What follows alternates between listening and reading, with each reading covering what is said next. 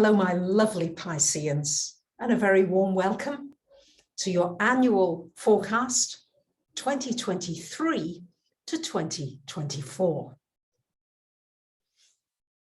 The year starts out with two of the personal planets retrograde, Mercury and Mars.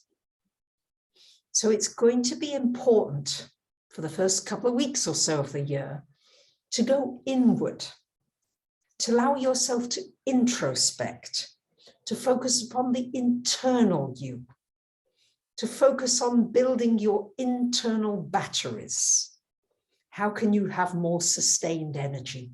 Do you need to make changes to your health, your diet, your routines, all those kinds of things? It's a wonderful time for journaling, for writing, for researching, and for coming back to things that maybe you worked on or people that you knew, and they can come back during the retrograde period. And then after the retrograde, that's usually when things begin to build up more momentum in the external world. So we've got Mercury retrograde here in your 11th house until the 17th, 18th of the month. Retrograde resonating there with Pluto. So during the first couple of weeks of the month, good time to reflect upon the people who influence you. Friends, family, social networks. And is it positive? Are you feeling good? Are you feeling inspired? Are you feeling uplifted? Or are there changes that need to be made? So you may withdraw from one community, or you may decide, oh, I want to pour myself into this. I'm really excited about it. So it's a really great time for reevaluating your friendships and all of your social circles, online and offline. Mars retrograde until about the 12th, 13th. This is in your 4th house.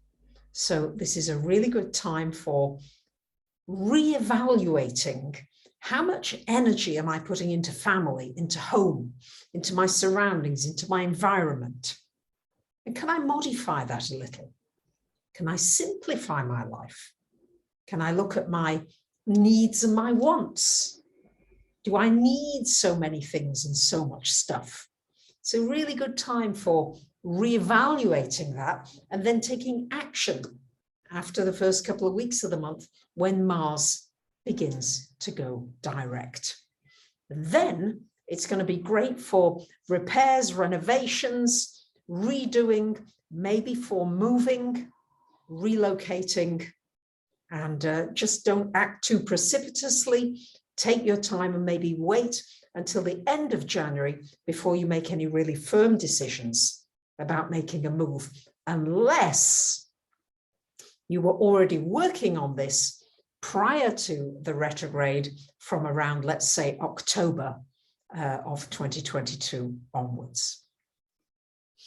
The next big event is March the 8th, when Saturn will go into your sign, lovely Pisces.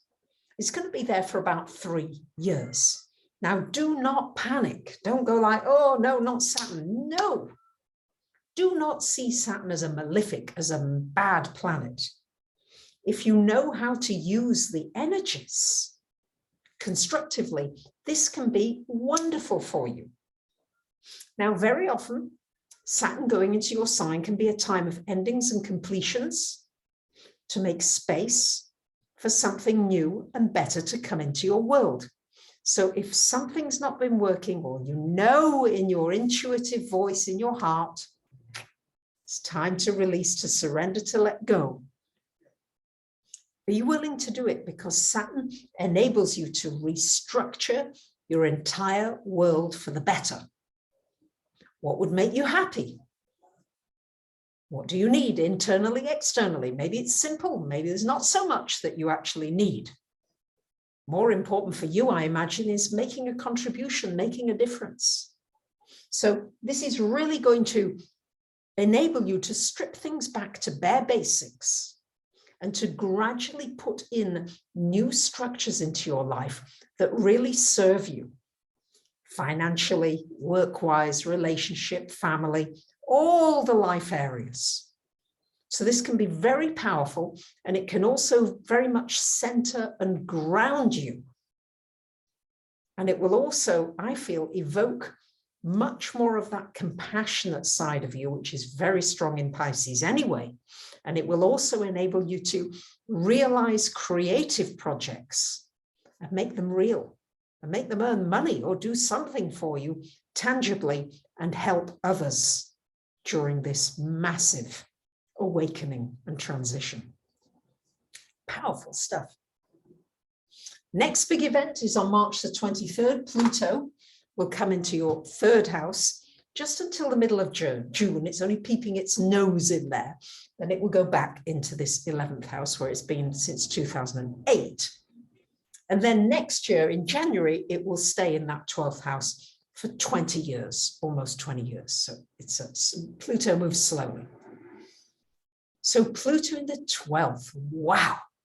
This offers an opportunity for huge and deep understanding of our invisible world.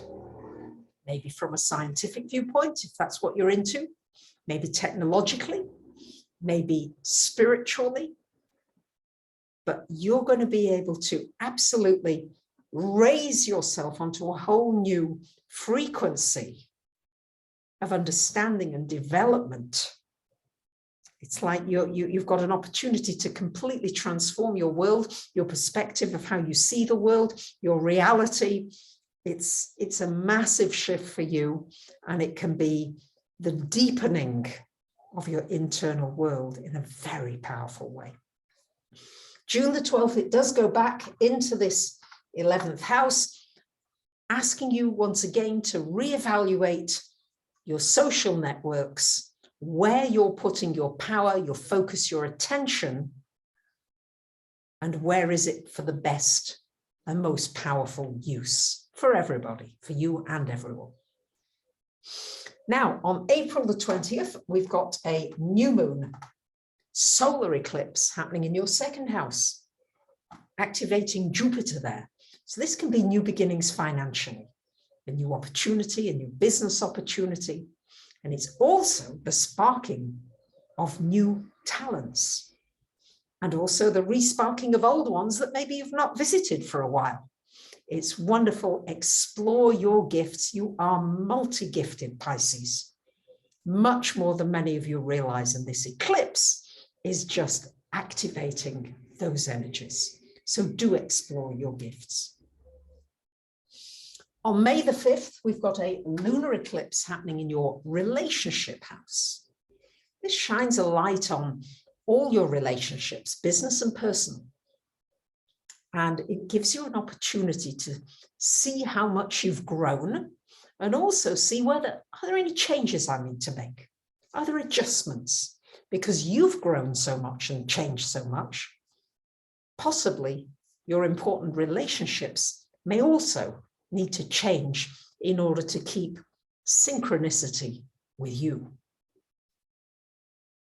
On May the 17th, Jupiter will come and join Uranus in your third house.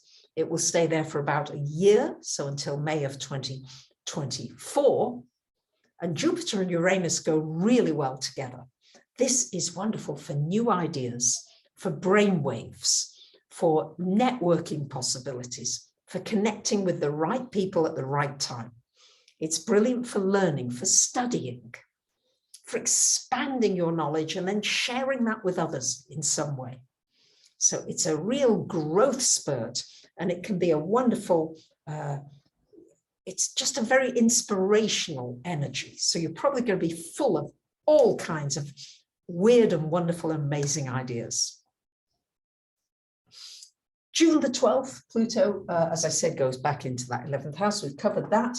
And now on October the 14th, we get a new moon solar eclipse in your 11th house. This can bring a new business opportunity. It might be a partnership possibility, and also a new beginning, maybe in digging deeper into psychology, into astrology, into all of these metaphysical and healing modalities. On October the 28th, we've got a lunar eclipse happening here in this third house, further highlighting this energy of the Jupiter-Uranus energy. And this is just really maybe bringing to fruition the writing of a book, publishing of a book, of a film, of a movie, of a creative project, of your studies, of teaching something that's very powerful and very transformative. Now, all the Mercury retrogrades this year will be in earth signs. So it's going to be important because you're going to have a lot of ideas, Pisces, you always do, but probably more coming on board. And it's going to be important to set yourself baby steps, and the Saturn energy will help you every day, teeny weeny baby steps, practical actions. So at the end of the day, you feel as though you've achieved something, you've been productive and useful. This will be the best way to use those retrograde energies in April, May, August, September, December, and into January of 2024.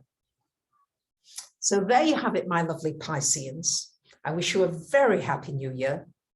Thank you for subscribing if you haven't already, liking, commenting, I read them all, and sharing. Much love. Bye for now.